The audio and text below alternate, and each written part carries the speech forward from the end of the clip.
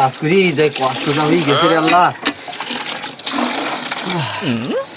ওরে আল্লাহ রে, ওরে বাবা রে, আজকে যে কি কষ্ট হয়ে গেছে, বাড়ি যে এক গ্লাস পানি না খেলে মোটে হবে না।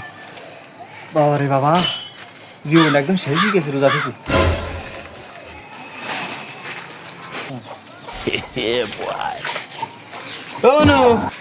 মনু রে, তুই কি করতেছিস? আমার এক গ্লাস পানি দে দি। ও আব্বা, তুমি না রোজা, রোজা থেকে কি পানি খাওয়া যায়? আমি যে রোজাতে আমার মনে ছিল না, তুই আমার একটা তাড়াতাড়ি বিড়ি দে, আমার জানটা বেরোই গেল, তাড়াতাড়ি দে একটা বিড়ি। ও আব্বা, রোজা থেকে পানিও খাওয়া যায় না, বিড়িও খাওয়া যায় না, কি করলি তুমিও?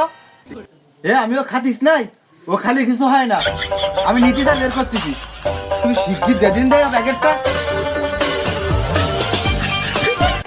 আব্বা নাও।